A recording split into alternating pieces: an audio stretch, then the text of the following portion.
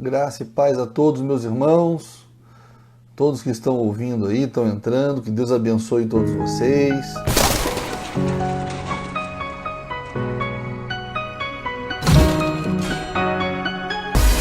Bom, obrigado aí pela presença de vocês, que Deus abençoe a todos ricamente.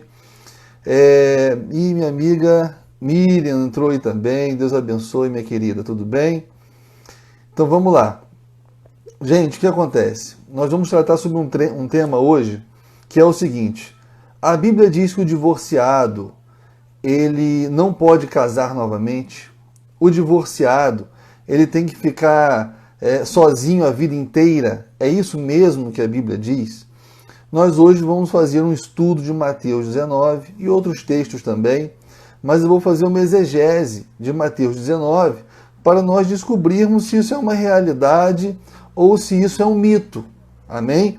Então você, meu irmão, minha irmã, que porventura é divorciado e está sozinho e está preocupado de casar de novo, porque disseram para você que se você vier a casar novamente, você estaria praticando adultério, você não só deve ficar até o final do vídeo, como você deve convidar outras pessoas que estão na mesma situação que você para participar. Caso não consiga, não tem problema. Parece que o vídeo fica 24 horas aí no Instagram e você vai compartilhar com essas pessoas para que elas sejam abençoadas. Por que é importante você fazer isso? É importante porque eu já atendi mais de 100 pessoas nessa situação.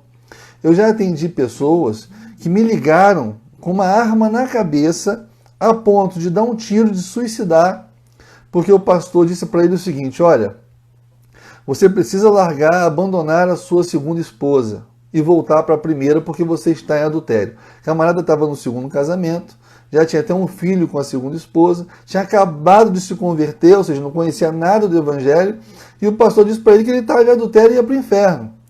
E aí ele me ligou, ele estava com uma arma na cabeça, me indicaram, alguém falou, liga o pastor Alexandre aí.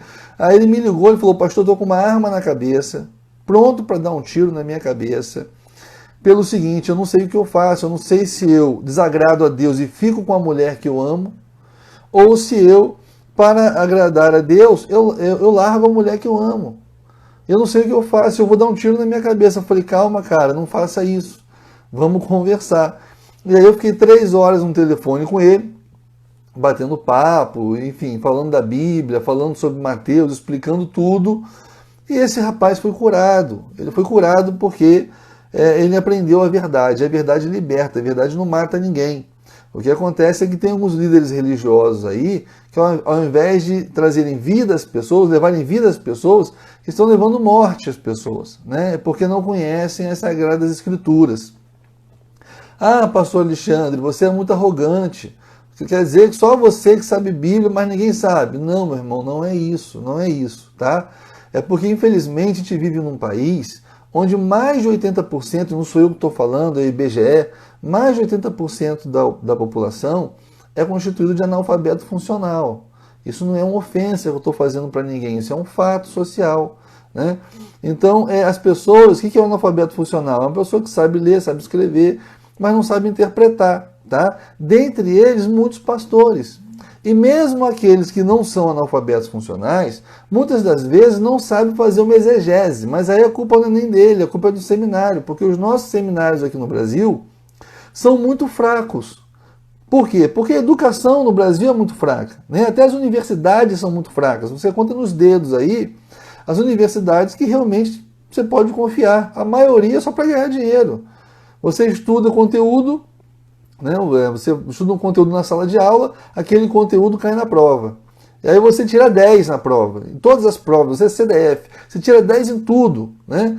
E você acha que sabe tudo. Aí quando você sai da faculdade e vai realmente fazer um mestrado, você começa a ler um monte de livro, aí você vai ver que você não aprendeu nada na faculdade.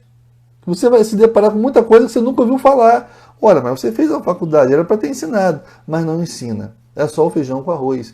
A nossa educação é muito ruim. E os seminários, quando falam em exegese, aí realmente é uma coisa horrível, né? Os pastores saem, na maior parte das vezes, sem esse preparo de fazer uma exegese. Então vamos lá. O que acontece hoje? Hoje é o seguinte: existe um dogma que diz que você não pode casar pela segunda vez, se você se divorciou, você deve ficar sozinho ad eternum, ou seja, eternamente sozinho. Se porventura você vier a se casar com alguém, você está praticando adultério. Está praticando adultério. Bom, na nossa cultura isso já é muito esquisito, né? Porque para você praticar adultério, o adultério é um pecado contra o cônjuge. Então, para você praticar adultério, você tem que estar casado, né? Divorciado. Se você hoje está divorciado, pela nossa lei, pela nossa cultura, e você venha casar com alguém, alguém vai entender que isso é um adultério? Não, né? E na época de Jesus também não.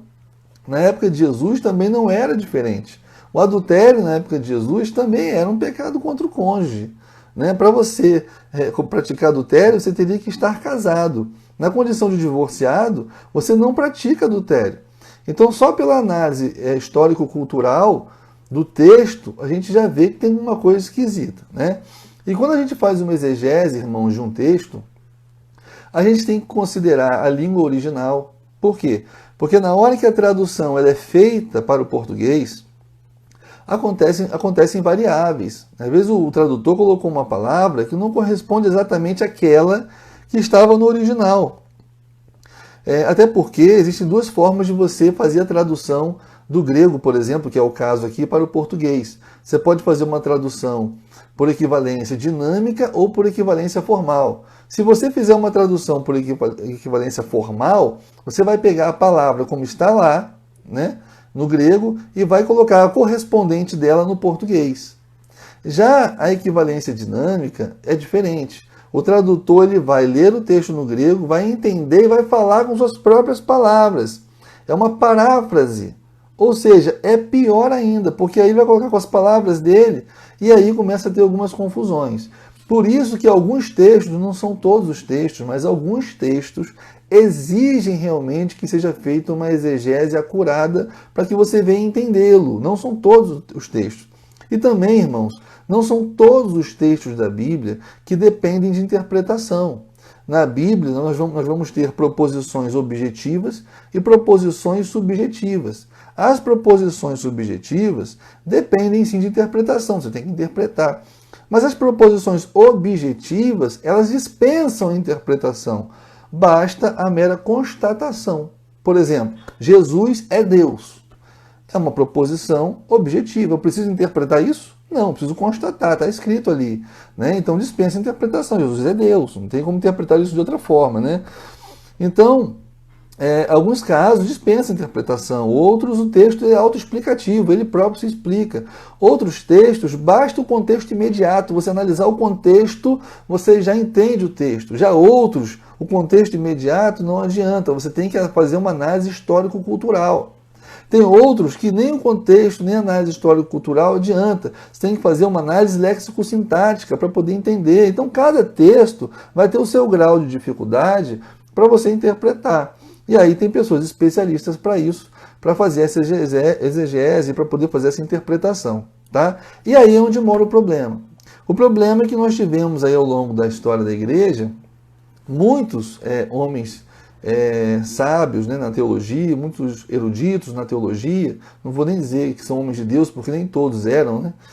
Muitos eram hereges, mas eles foram, por sua incapacidade de fazer uma boa interpretação, criando dogmas, né? E esses dogmas foram sendo incorporados à tradição da igreja e hoje são tratados como doutrina,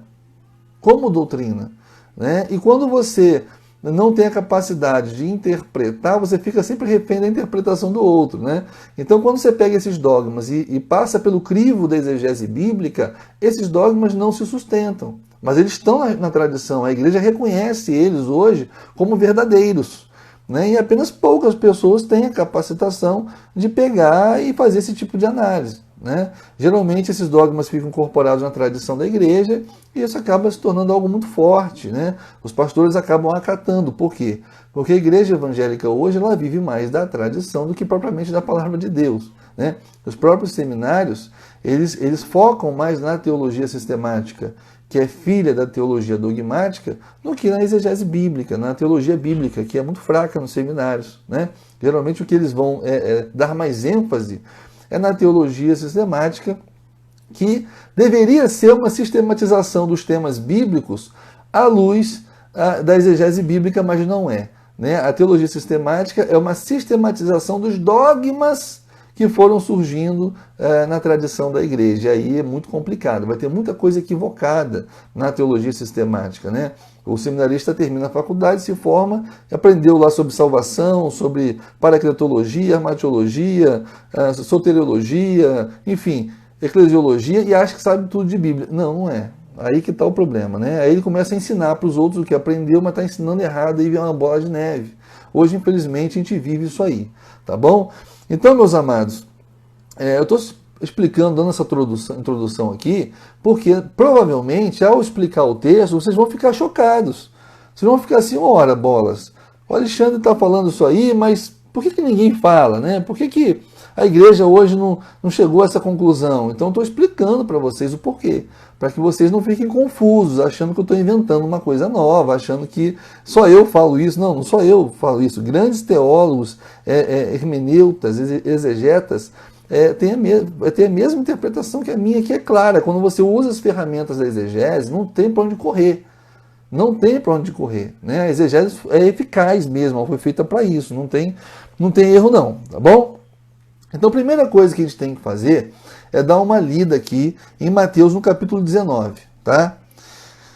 Vamos lá. A partir do verso 3, diz assim: Então chegaram a ele os fariseus, tentando-o e dizendo-lhe: É lícito ao homem repudiar sua mulher por qualquer motivo? Ele, porém, respondendo, disse-lhes: Não tendes lido que aquele que os fez, no princípio macho e fêmea, os fez? E disse: Portanto, deixará o homem pai e mãe, e se unirá à sua mulher, e serão os dois em uma carne? Assim não são mais dois, mas uma só carne. Portanto, o que Deus ajuntou, não o separe o homem. Disseram-lhe eles: Então, por que mandou Moisés dar-lhe carta de divórcio e repudiá-la? Disse-lhes ele: Moisés, por causa da dureza dos vossos corações, vos permitiu repudiar vossas mulheres. Mas ao princípio não foi assim. Eu vos digo, porém, que qualquer que repudiar sua mulher, não sendo por causa de fornicação, e casar com outra, comete adultério. E o que casar com a repudiada também comete adultério. Disseram-lhe seus discípulos: Se assim é a condição do homem relativamente à mulher, não convém casar. Amém? Então esse é o texto que nós vamos estudar. Tá? Antes de analisarmos o texto, nós temos que entender algumas questões muitíssimo importantes. Primeiro, você vai olhar aqui algumas palavras no texto, como por exemplo, repúdio e divórcio. Tá? No grego, repúdio é apoluo, e o divórcio no grego é apostasion. São palavras diferentes e têm significados diferentes. Tanto tem significado diferente que no versículo 7 vai falar dar carta de divórcio e repudiá-la. Ora, você está usando o conectivo, aditivo e, sempre quando você usa esse conectivo, isso é gramática no português. Qualquer um professor de português aqui vai concordar comigo. Sempre quando você usa um conectivo e, é porque você está falando de uma outra coisa, você não está falando de sinônimos. Porque se é sinônimo, não tem por que você usar o e. Né? Então, divórcio e repúdio são coisas diferentes. Em algumas Bíblias, porque a tradução está equivocada, vai ter um problema de tradução, nem vai existir essa palavra repúdio, vai estar tudo divórcio. Em outras, vai ter repúdio e divórcio, mas vai estar trocado, misturado. Ou seja, o tradutor, dependendo da Bíblia, fez confusão. E aí você não vai encontrar hoje, pelo menos eu não conheço uma tradução hoje no português, que seja 100%, que não tenha nenhuma variação nesse texto aqui. Você não vai encontrar. A melhor tradução que tem, que é a melhor tradução para todos os textos, é a ACF, Almeida Corrigida Fiel. Se você pegar NVI, Nova Tradução na Linguagem de Hoje, Bíblia Viva, esquece. Porque essas Bíblias, elas foram traduzidas por equivalência dinâmica, como eu falei no início, não por equivalência formal. Então, a possibilidade de você ter muitas variações que comprometem a interpretação, não em todos os textos, mas em alguns textos, é realmente complicado. Então, para você pregar, para você ler, você pode pegar uma Bíblia dessa para ler, porque elas são de fácil leitura. Agora, para você fazer uma exegese, um estudo, é bom que você tenha a ACF, Almeida Corrigida Fiel, tá? Porque essa é a melhor tradução. Mas mesmo a ACF, nesse texto, ela vai ter algumas variações. Então é importante que você fique aí ligado, tá? Outra coisa que nós vamos observar aqui é que o texto ele faz menção a Moisés. Quando Moisés se falou sobre divórcio, tá? E aí nós temos que fazer o quê? Ir lá no contexto remoto. O contexto remoto é ver o que Moisés está falando sobre isso aí, tá?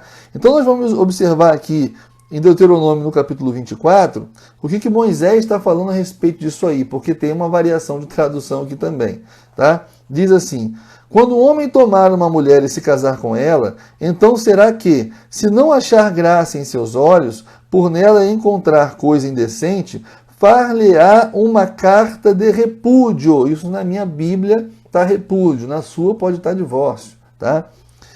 E lhe dará na sua mão, e a despedirá da sua casa. A palavra correta, a tradução correta aqui não é repúdio. A tradução correta aqui é divórcio. Por quê? Porque a palavra hebraica aqui é klitut, que é uma palavra que significa divórcio. É um termo jurídico, não é uma palavra qualquer. É um termo jurídico. Repúdio no hebraico é shalak. E shalak significa deixar, abandonar, despedir. Mas não é um termo jurídico, é algo que você pode fazer com qualquer pessoa. Se você abandonar um cachorro na rua, você não vai usar klitut, você vai usar shalak, né?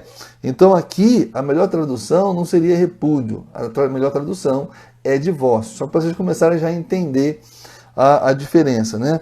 Verso 2: se ela, pois, saindo da sua casa, for e se casar com outro homem, e este também a desprezar, e lhe fizer carta de repúdio, e lhe a der na sua mão, e a despedir da sua casa, ou se este último homem que a tomou para si por mulher vier a morrer, então seu primeiro marido, que a despediu, não poderá tornar a tomá-la. Ou seja, o texto de Deuteronômio 24, na lei de Deus, não está proibindo aqui um segundo casamento, pelo contrário, está admitindo um segundo casamento. O que ele não está admitindo é que, caso o segundo casamento a pessoa venha deixar a mulher novamente, que o primeiro retome a mulher, né? Mas não tem problema com relação ao segundo casamento. Então, a palavra aqui que está repúdio, se na sua Bíblia tiver divórcio, está ok. Se tiver repúdio, a tradução está equivocada. Ah, pastor, mas qual a diferença? É a mesma coisa. Não, não é a mesma coisa. Na verdade, a ideia de repúdio, como abandonando a mulher, né? Repúdio para a mulher, dentro da cultura judaica, e aí eu já conversei com alguns judeus sobre isso, já li alguns trabalhos sobre isso, e eles todos são unânimes em dizer a mesma coisa, né? Não existia essa figura na época de Moisés do repudiar a mulher no sentido de você abandonar a mulher. Ou você divorciava ou não divorciava. E existia uma certa facilidade para você divorciar. Porque se você quisesse, não gostasse da mulher, não achasse graça nela, você ia lá e divorciava, acabou. Né? E podia casar com outra. Era assim, era fácil. Né? O que aconteceu? Quando o povo de Israel foi exilado, foi lá para a Babilônia e ficou lá por 70 anos sendo escravizado na Babilônia, o povo hebreu ele perdeu muito da sua cultura, quase tudo, né? Tanto é que nem hebraico eles falavam mais. Quando eles voltaram para sua terra, eles nem falavam hebraico mais, eles falavam aramaico, que era a língua babilônica, né? Então eles perderam muito da sua cultura. E nesse período, lá na Babilônia, eles incluíram no contrato matrimonial deles, que se chama Ketubá, eles incluíram uma cláusula. E essa cláusula que eles incluíram é a mesma do Código de Hammurabi. Quem não sabe, Hammurabi foi rei da Babilônia, né? E tinha um código, que era a lei deles, que dizia o seguinte, que aquele que divorciasse da sua mulher teria que pagar a ela uma indenização. E essa era uma indenização um pouco cara na época, né? Tinha que indenizar a mulher, tinha que indenizar a família. E aí eles colocaram essa cláusula na Ketubá. E no momento em que eles colocaram essa cláusula na Ketubá, o que começou a acontecer? Isso no período babilônico, né? Do exílio babilônico. Eles começaram a não querer mais dar a carta de divórcio. porque era oneroso para eles. Então o que eles faziam? Eles deixavam a mulher, abandonavam a mulher, ficavam com outra, né? Mas não dava a carta de divórcio para aquela mulher para não ter que pagar a indenização. E aí aquela mulher que foi repudiada, que foi abandonada, aquela mulher não podia casar com ninguém, porque ela estava ligada ainda ao marido pela lei. Embora não estivesse casada de fato, mas estava casada de direito. Então aquela mulher não podia casar com ninguém. E como a mulher não podia trabalhar, a mulher não podia fazer nada, as duas uma, ou ela ia morrer de fome, ou ela ia virar prostituta. Não tinha outra opção. Era algo muito cruel, era algo muito desumano que começou a acontecer no período de exílio babilônico e acabou se incorporando à cultura dos hebreus. Então, na época de Jesus, em que o texto aqui foi, a narrativa aqui foi registrada, na época de Jesus estava acontecendo exatamente isso. Se você não entender esse pano de fundo histórico-cultural, você não consegue entender o texto.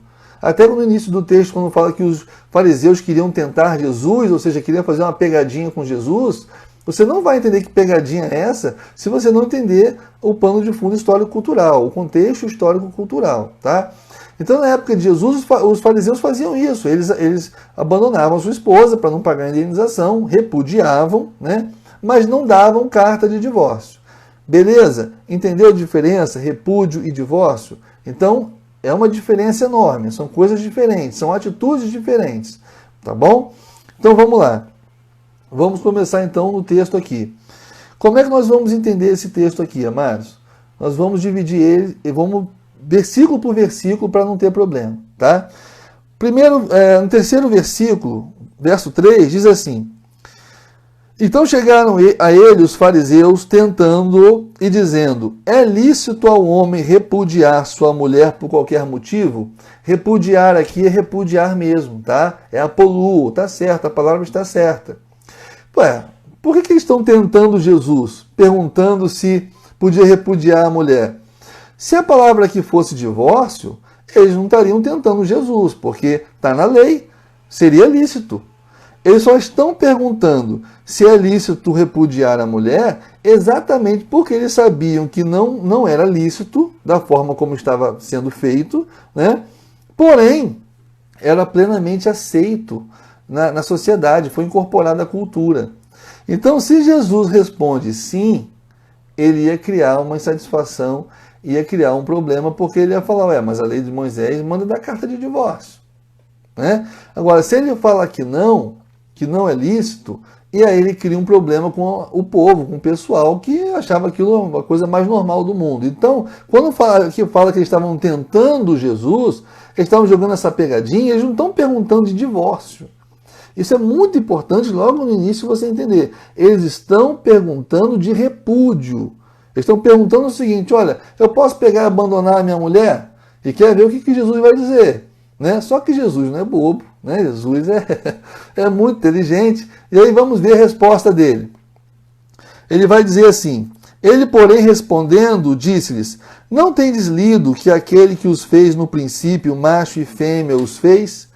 E disse: portanto, deixará o homem pai e mãe e se unirá à sua mulher, e serão os dois em uma só carne.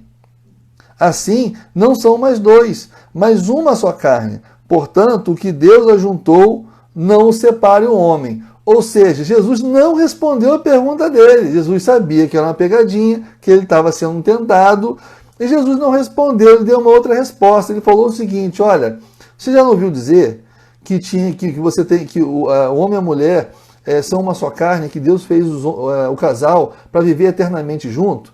Então, se Deus fez assim, então que o homem não separe. Ele não está falando nem repúdio, nem está falando divórcio. Ele só está falando que Deus quer que fique assim a vida toda. Ele não respondeu à tentação do judeu, né? Só que aí eles insistem. Eles insistem e dizem assim: disseram-lhe eles: então, por que mandou Moisés dar-lhe carta de divórcio e repudiá-la? Aí aqui eles já mudam a pergunta. É Jesus? Então, já que você está falando que é para sempre, né? Fugiu da minha pergunta, agora eu vou pegar você. Então por que então que Moisés está dizendo que é para dar carta de divórcio e repudiá-la? Agora ele perguntou certo. Agora ele fez a pergunta certa. Dar a carta de divórcio e repudiar só depois. Não pode repudiar e não dar carta de divórcio. Aqui ele fez a pergunta certa, com base no que Jesus respondeu. Aí no verso 8, diz assim, aí Jesus disse, Moisés, por causa da dureza dos vossos corações, vos permitiu repudiar vossas mulheres, mas ao princípio não foi assim. Prestem atenção nesse versículo porque tem um problema de tradução. Algumas Bíblias vão estar corretas, vai estar a palavra divórcio. A minha, por exemplo, está repudiar, está errado, porque no grego aqui é apostasion, é divórcio, não é repúdio. Está vendo como confunde? Se você tiver uma Bíblia com uma tradução complicada, e esse texto aqui é complicadíssimo por causa disso. Esse entendimento de hoje, que as pessoas entendem de forma equivocada, é exatamente por causa da tradução, ok? Então, aqui ele está dizendo o seguinte, olha, Moisés permitiu vocês divorciarem, nós acabamos de ler o texto lá, Kritut, ele está se referindo a esse texto, Deuteronômio 24, onde o hebraico é Kritut, ou seja, é um termo jurídico, é divórcio, ele não está falando de repúdio, está falando de divórcio. Ou seja, ele permitiu vocês divorciarem por causa da dureza do coração de vocês. Mas no princípio não foi assim. Aí olha o que ele vai dizer. Eu vos digo, porém, agora ele vai responder correto. Qualquer que repudiar a sua mulher, apoluo, agora não é apostasion, repudiar a sua mulher, não sendo por causa de fornicação, alguns textos vão estar adultério, está errado, não é mocheia, é porneia. No grego original é porneia. Então, se o texto seu tiver adultério, você dá um riscozinho e põe fornicação. Se não for por causa de fornicação e casar com outra, comete adultério, comete mocheia, beleza? E o que casar com a repudiada também comete adultério. É esse versículo que a gente tem que destrinchar, porque aí você mata a questão e resolve tudo, tá? O que Jesus está dizendo? Ele está dizendo o seguinte, ó, eu vos digo, porém, qualquer que repudiar a sua mulher, ou seja, abandonar a sua mulher, que era a prática da época, sem lhe dar carta de divórcio. É isso que ele está dizendo aqui. Eu vou explicar por quê que é isso. Aquele que repudiar a sua mulher, apoluo, sem lhe dar carta de divórcio, a não ser em caso de fornicação. Espera aí. Se você é casado, alguns dizem que se você está casado, aí o outro adulterar, aí você está liberado para separar e casar de novo. Não é isso que as pessoas dizem? Ai, meu Deus, não tem nada a ver. Não tem nada a ver. Primeiro que aqui não é adultério, é fornicação, a palavra correta. Mas como é que a pessoa vai fornicar se ela está casada? Você está casado com o seu marido. Você está casada com o seu marido. Né? Ou você está casado com a sua esposa. E aí ela tem uma relação com outra pessoa. O nome disso é o quê? Fornicação ou adultério? É adultério. Mas aqui o texto não é adultério. Por isso que na tradução, alguns colocam adultério, mas o texto original não é adultério. É fornicação. Você sabe por quê? Mais uma vez, se você não entendeu o pano de fundo histórico, você não consegue entender esse texto.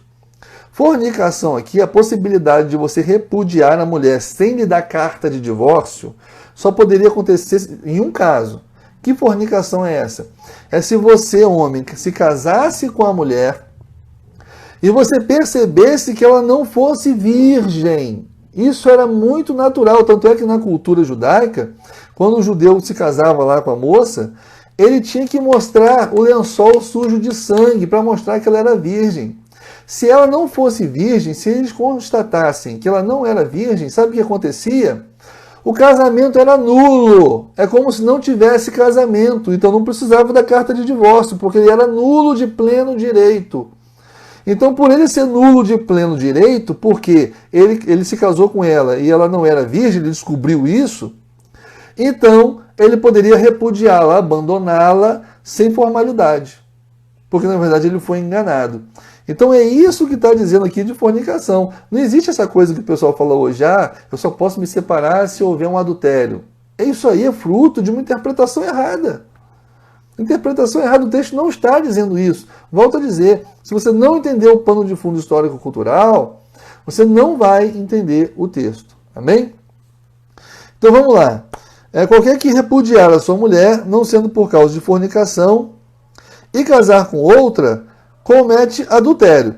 Ora, não pode ser divórcio aqui. Porque se fosse divórcio, é o que eu falei no início. Se você está divorciado, e se você casa com outra, isso não é adultério. Nem na nossa cultura e nem na cultura deles. Adultério é um pecado contra o cônjuge. Se você não está casado, se você é solteiro, ou se você é viúvo, ou se você é divorciado, e você contrai um novo casamento, você não comete adultério. Você pode cometer prostituição, fornicação. Agora, adultério não. Para cometer adultério, tem que estar casado. Por isso é que a gente sabe que esse repúdio aqui não foi dado carta de divórcio. Ok? Então, ele foi abandonado, que era a prática que eles praticavam. E é o que os fariseus estão perguntando lá no início do texto. Eles estão perguntando exatamente sobre isso. E agora que Jesus está respondendo. Agora Jesus está sendo claro, né? E está dizendo, olha, aquele que repudiar sua mulher, não sendo por causa de fornicação, e casar com outra, comete adultério. E o que casar com a repudiada, ou seja, o marido repudiou a mulher, abandonou a mulher e não deu carta de divórcio para ela. Aí essa mulher vai lá e casa com outro. Sabe o que a Bíblia está dizendo? Que esse outro que casou com a mulher repudiada comete adultério também. Ora, se fosse divórcio, que essa mulher tivesse sido dado carta de divórcio para ela, como é que o segundo casamento, o outro, que nem está sabendo da história, comete adultério também? Não tem como. Você sabe por que eles cometem adultério? Porque não foi dado carta de divórcio. Então ela continuou ligada pela lei ao marido. Ela teve uma separação de fato, mas não de direito, que era muitíssimo comum acontecer nessa época aqui. E é exatamente a pergunta que os fariseus estão fazendo para Jesus para tentar fazer uma pegadinha com ele. Então o texto aqui não está dizendo que não existe lugar nenhum desse texto, nenhuma proibição para um segundo casamento. O texto não está falando disso. O texto não está falando que você não pode casar, que se você casar a segunda vez, já estando divorciado, você está praticando adultério. O texto não está falando isso. O texto está dizendo que se você repudiar a sua mulher e não dar o divórcio para ela, vamos supor, para os dias de hoje, para a gente entender, você é casado. E aí você se separou do seu marido, mas tem muito casal que não entra com divórcio, fica rolando aí. Aí, antes de sair o divórcio, ou você nem entrou com o divórcio, você vai arrumar outro, vai morar com outro. Está praticando adultério, pô. Aí você está praticando adultério.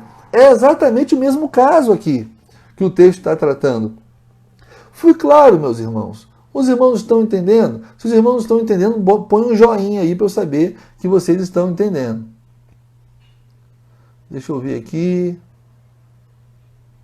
A irmã Miriam botou, até hoje dá para pedir anulação caso não haja consumação. Irmã Miriam, são vários casos hoje na lei que você pode pedir anulação do casamento. E uma coisa interessante, sabe com base em quê que nós temos essa lei hoje? Nós temos essa lei hoje com base exatamente na tradição judaica, na lei judaica. Muito da legislação brasileira tem influência da legislação judaica, porque na verdade a legislação judaica, ela influenciou as leis no mundo inteiro.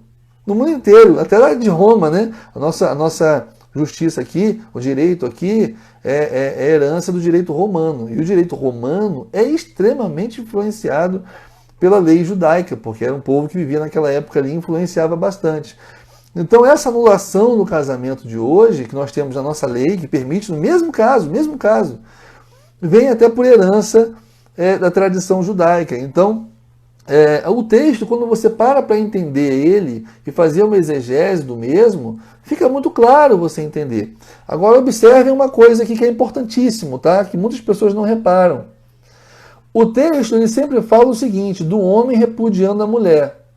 Mas o texto nunca traz a mulher repudiando o homem. O texto não traz, por exemplo, você não vai ver na Bíblia isso, a mulher pedindo carta de divórcio ao homem. Sabe por quê? Porque naquela cultura Essa era uma prerrogativa exclusiva dos homens. Só os homens podiam repudiar as mulheres. Só os homens podiam dar carta de divórcio. Essa era uma prerrogativa do homem. A mulher não podia fazer. Quando a mulher ela era oprimida pelo homem, quando ela era oprimida, aí essa mulher fazia o quê? Fugia. Fugia. Ou então algum outro homem pegava ela, né, ela se apaixonava por alguém, esse homem pegava e, pum, estrada com ela e ia embora.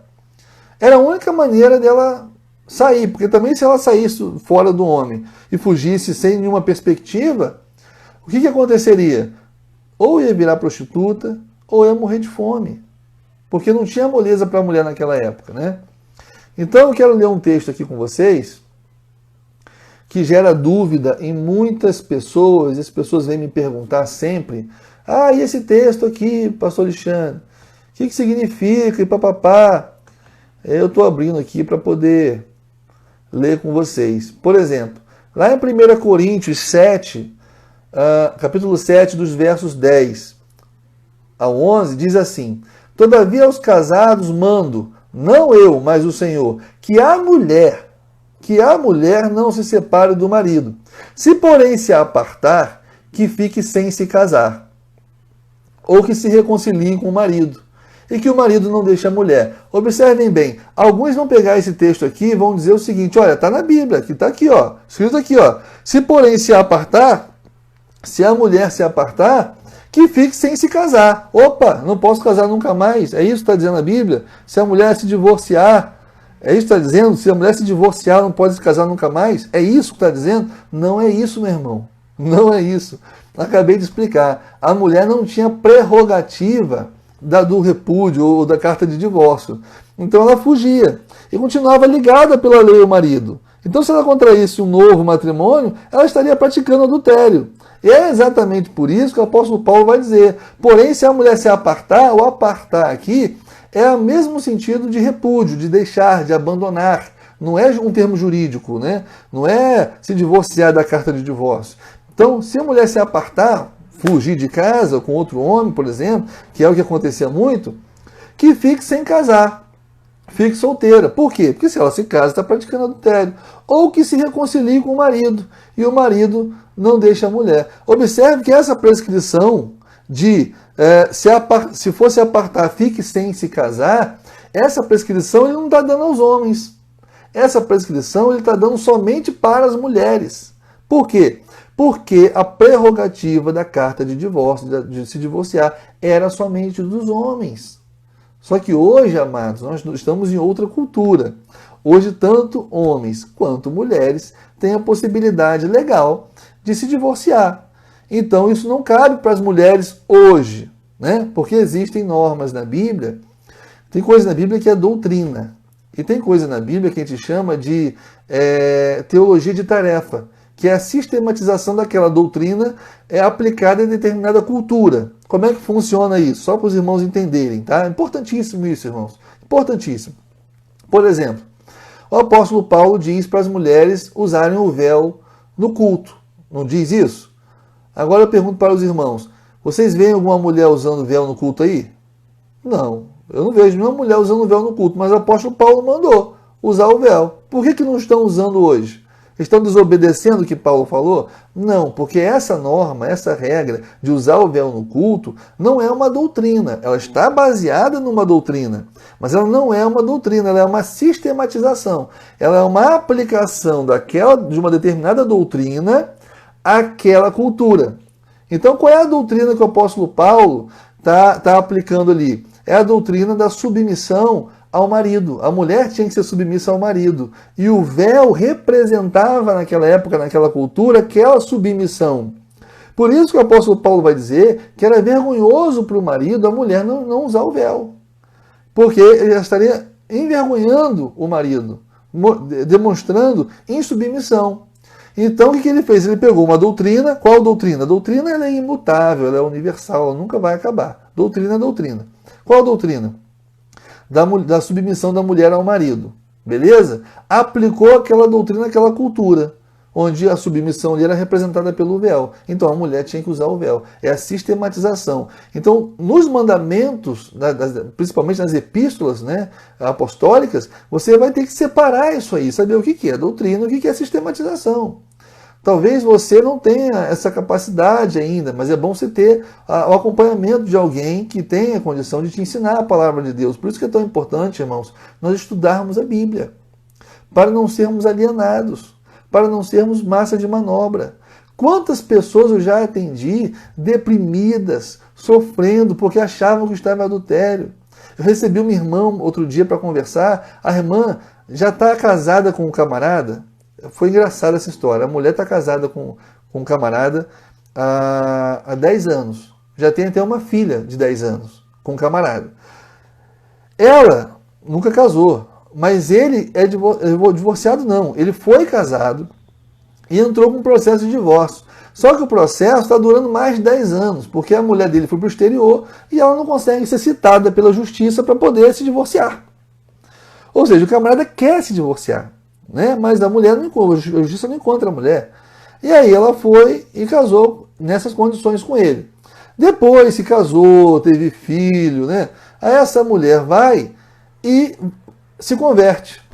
E aí o pastor bonzinho dela, maravilhoso, diz o que para ela? Olha, você está em adultério, não pode cear, não pode participar de nada na igreja, não pode se batizar, não pode nada. E outra coisa, resolve isso logo, porque se Jesus voltar hoje, você está no inferno. Meu irmão, quando eu recebi essa mulher para conversar, a mulher estava destruída, a mulher estava deprimida, a mulher convencida de que estava em pecado, com uma culpa terrível, né, achando que se Jesus voltasse, eu falei, calma minha irmã, não é bem assim.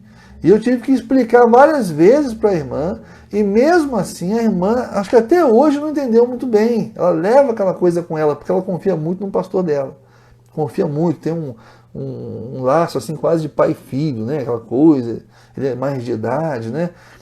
Mas ela ficou muito mal. Hoje ela está bem melhor, claro. Mas ela, na época, quando me procurou, estava muito mal com essa situação. Então, olha só o problema que causa a má interpretação de umas escrituras. E esse exemplo que eu estou dando é com relação a esse texto. Mas quantas outras coisas mais nós ouvimos aí, que são aberrações, que são coisas que não tem nada a ver com a palavra de Deus, que as pessoas se sujeitam a esse tipo de coisa, né? Para poder, enfim, tentar ter a libertação de suas almas. Mas não funciona assim. Vamos para outro texto aqui, porque eu estou preocupado com o horário. Acho que daqui a pouco vai encerrar aí o vídeo, né? O Instagram vai me derrubar. Então vamos lá. Outro texto aqui também que o pessoal pergunta bastante. Romanos 7, versos 2 e 3. Porque a mulher que está sujeita ao marido enquanto ele viver, está ligada pela lei. Enquanto o marido viver, a mulher está ligada pela lei. Mas morto o marido, está livre da lei do marido. De sorte que, vivendo o marido, será chamada adúltera se for de outro marido. Óbvio, está ligada pela lei, né?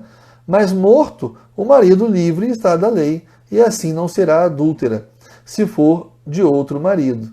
Aqui, mais uma vez, as pessoas usam esse versículo como se não pudesse, tivesse que esperar o marido morrer para poder casar. Mas não é isso que o texto está dizendo. O texto está claro que a mulher não pode casar com outro porque está ligada pela lei, ou seja, ela não está divorciada. A partir do momento em que ela não está mais ligada pela lei, a partir do momento que ela se divorciou, aí sim ela pode casar. Até naquela época podia casar. A mulher divorciada naquela época podia casar com respaldo da lei de Moisés, como nós lemos aqui em Deuteronômio 24. O tabu, gente, é hoje, pessoal que está com tabu, porque naquela época não tinha tabu, não.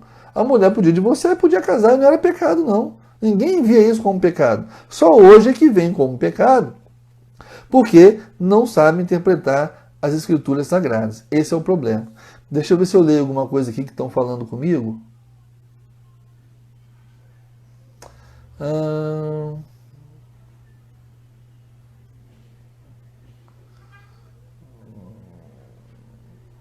Ah lá, a irmã está dizendo até que uma pessoa se suicidou por causa disso. Olha que absurdo, hein?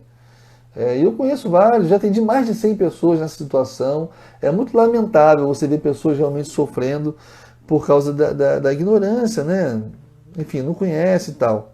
Então vamos lá, vamos lá. Pastor, já sei que vocês vão me perguntar, o tempo está acabando, então eu já respondo logo. Eu estou casado. Preste atenção, irmão, só um parênteses. Não estou fazendo aqui apologia ao divórcio, beleza? Não estou fazendo apologia ao divórcio. O que eu prego é a restauração do casamento pelo poder de Deus. Isso é o que eu prego, tá? Eu estou falando aqui no caso da pessoa que já vem me procurar divorciada, querendo saber se pode contrair um novo casamento. Show, beleza? Agora, ela não se divorciou ainda. Ela está casada e está pensando em se divorciar. Eu não digo para ela, pode se divorciar e casar novamente. Eu não digo isso para ela. Por quê? Porque o segundo casamento, se você estiver divorciada ou divorciado, não é pecado. Não é pecado. Mas o divórcio é. O divórcio é um pecado de desobediência. Então eu não posso incentivar ninguém a divorciar.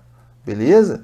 Até porque eu creio no poder de Deus e já vi isso acontecer inúmeras vezes, de mulheres que o marido tinha ojeriza a elas, bebiam, eram pessoas horríveis, a mulher não desistiu, a mulher orou, a mulher teve uma atitude de crente, submissa, paciência até o final, das pessoas ficarem apavoradas e ficarem incentivando a mulher, pô, sai fora desse cara, inclusive eu, já cheguei a fazer isso no passado, há muito tempo atrás, eu tenho uma amiga chamada Renata, que isso aconteceu com ela, né? E isso tem mais de 20 anos. E eu, na época, eu lembro que eu falei para ela, cara, esse cara é um crápula, sai fora dele, esse cara é um monstro, o cara humilhava ela, o cara tinha amante, o cara não dava confiança para a filha, o cara terrível. E aí ela falava o seguinte, não vou desistir, eu creio no poder de Deus. Eu creio no poder de Deus. Amados, o que Deus fez na vida daquele homem uma vez, ele foi conversar com um pastor assim que ele encontrou na rua. Aí o cara perguntou por ele, ele falou que estava com outra mulher, que tinha largado a esposa, tipo assim, se achando o máximo, né? Aí o pastor só virou para ele e só falou isso. Irmão, você está no laço do passarinheiro. Rapaz, quando o pastor falou isso para ele, o cara caiu de joelhos no chão, aos prantos, pedindo perdão a Deus, pedindo perdão à esposa, e falando, liga para minha esposa, eu amo a minha esposa, eu amo. O pastor foi, ligou para ela foi ao encontro dele, se abraçaram, isso tem 20 anos, irmãos, se abraçaram, ele pediu perdão, ela perdoou, estão felizes até hoje. Deus transformou aquele casamento, o poder de Deus foi transformado.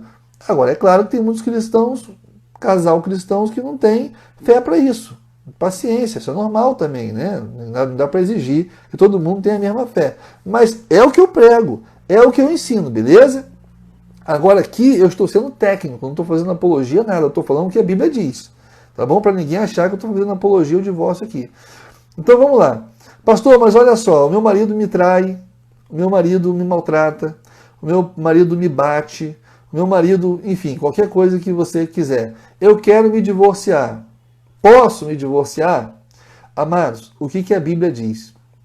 A Bíblia diz que, vou ler para vocês aqui, 1 Coríntios 7, versículo 15, diz assim, deixa eu ver aqui, mas se o descrente se apartar, ou seja, se o descrente quiser se separar de você, aparte-se, porque neste caso o irmão ou irmã não está sujeito à servidão, mas Deus chamou-os para a paz. Ou seja, se você está num casamento e que se você está num estado de servidão, o que é isso? É um estado de humilhação, onde o seu cônjuge ele desertou obstinadamente do casamento, ou seja, ele continua junto com você, mas é como se não tivesse casado e te oprime com relação a isso aí. Está te fazendo totalmente infeliz. Ele abandonou totalmente as suas obrigações de marido. É diferente daquele camarada que tem um defeito e que você não gosta daquele defeito dele, daquela mania dele, ou ele tem um hábito. Não estou falando disso. Isso aí você tem que superar mesmo. Tem que aprender a conviver. Porque você não vai encontrar homem nenhum na vida perfeito. Esse tem um problema, você vai encontrar um outro com outros problemas também. Então, não dá para ficar pulando de galho em galho, não. Não é isso que eu estou dizendo, não. Eu estou falando de deserção obstinada. É quando o camarada casa com... Vou dar um exemplo aqui para você entender. Eu tenho uma conhecida minha, que é empresária, casou com um camarada que era funcionário público de uma, se eu não me engano, de uma prefeitura, e ganhando pouco, ela ganhava bem. Ele, família muito pobre, muito humilde, foi lá e casou com ela. Casou com ela, muito romântico, muito amoroso, papapá, convenceu ela a colocar ele como sócio da empresa. Ela, apaixonada, colocou ele como sócio da empresa. Era tudo o que ele queria, irmãos. Era tudo o que ele queria. Sabe o que ele fez? Acabou. Continuou convivendo com ela, mas não dava um centavo dentro de casa, maltratava ela, tinha amante fora, pegava empréstimo no nome da empresa para gastar com coisa própria dele sem falar com ela, deixou o nome dela negativado. O cara destruiu a vida da mulher, porque ele não queria casamento, ele queria só se aproveitar dela. Isso é uma deserção obstinada, isso é um caso realmente de servidão. Então, nesse caso, a Bíblia está dizendo o seguinte, olha, se o descrente quiser se apartar, ou seja, se ele desertou obstinadamente, ele não precisa sair de casa, não. Ele pode estar dentro da sua casa, mas ele desertou obstinadamente, ele já está separado, no coração dele ele já divorciou, né? No coração ele já rompeu. Então você, irmão ou irmã, não está sujeito à servidão, mas Deus chamou-os para a paz. Então, nesse caso, você pode sim se divorciar e não comete pecado. Por quê? Porque você é a parte inocente, você não queria se divorciar. Na verdade, isso partiu de quem? Do seu cônjuge, através de uma deserção obstinada. Beleza? Então, no pecado, para você pecar, tem que ter dolo. Ninguém peca sem dolo. Por exemplo, se a minha esposa quiser se divorciar de mim, eu não quero. Ela vai lá, entra com ação na justiça, consegue uma sentença de divórcio. Eu não queria, eu lutei até o dia da sentença, eu lutei pelo meu casamento, mas o juiz mandou divorciar, eu não queria. Qual é o meu pecado, irmão? Eu sou a parte inocente, eu não pequei, não. O pecado é para quem dá a iniciativa do divórcio. É esse que está pecando. Porque é esse que praticou a desobediência. Quem não quis o divórcio não desobedeceu em nada. Ele é vítima desse pecado. O pecado foi contra ele, entendeu? Então, nesse caso da deserção obstinada, você também não comete pecado. Como eu falei, o pecado ele tem dolo. Tiago, capítulo 1, verso 15, vai dizer isso. Vai dizer que, uma vez nascendo o desejo, concebeu o pecado. E o pecado sendo consumado gera morte, morte espiritual. Ou seja, para ter pecado tem que ter desejo. Que desejo é esse? É o ânimos, é o dolo de querer transgredir a lei de Deus.